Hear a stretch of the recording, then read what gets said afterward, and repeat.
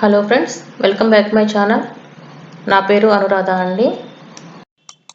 ఈరోజు traditional healthy breakfast recipe పుల్లట్లు ఎలా prepare చేసుకోవాలో ఈ వీడియోలో చూద్దాం. ఒక గిన్నెలో ఒక గ్లాస్ రైస్ని తీసుకోవాలి. ఈ రైస్ మామూలు రైసేనండి, సోనా మసూరి రైస్. ఈ బియ్యాన్ని నీళ్ళతో 2 సార్లు శుభ్రంగా కడుక్కోవాలి. కడిగిన రైస్లో 1 స్పూన్ మెంతులు, బియ్యం తీసుకున్న గ్లాస్తోనే 1 గ్లాసు పెరుగు, అర గ్లాసు నీళ్లు వేసుకొని బాగా కలుపుకోవాలి. బియ్యం పెరుగు బాగా కలిసిన తర్వాత ఈ గిన్నెకి మూత పెట్టి కొంచెం గోరువెచ్చగా ఉండే ప్రదేశంలో 3 గంటలు నానబెట్టుకోవాలి.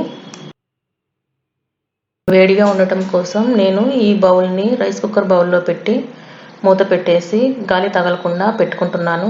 ఓవెన్ ఉన్న వాళ్ళు ఓవెన్లో కూడా ఇలా పెట్టుకోవచ్చు.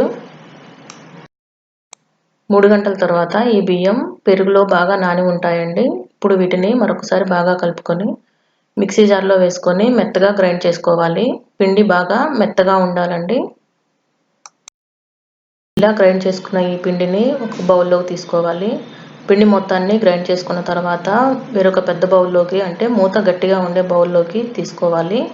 ఇలా పిండి మొత్తం రెడీ చేసుకున్న తర్వాత ఇందులో 2 టేబుల్ స్పూన్ల పెరుగును వేసుకొని ఈ పెరుగు కూడా బాగా కలిసేలాగా కలుపుకోవాలి. ఈ పిండిని 6 నుండి 7 గంటలు ఫెర్మెంటేషన్ చేసుకోవాలి.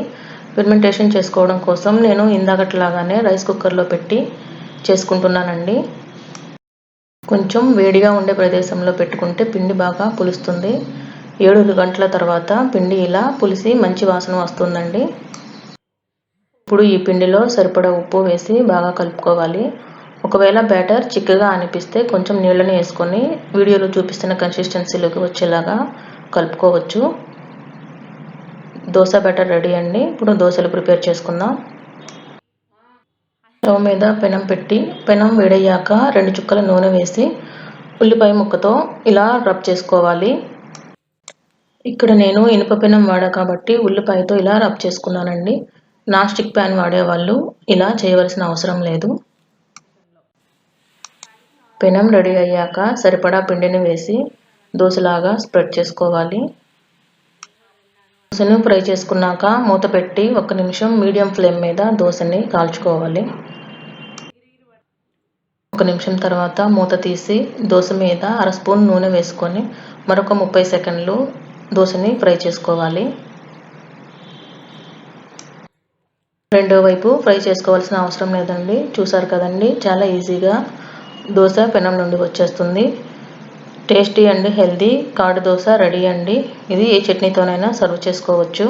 మరిన్ని ఇంట్రెస్టింగ్ అండ్ టేస్టీ రెసిపీస్ కోసం ప్లీజ్ నా ఛానల్ని సబ్స్క్రైబ్ చేసుకోగలరు. Thanks for watching.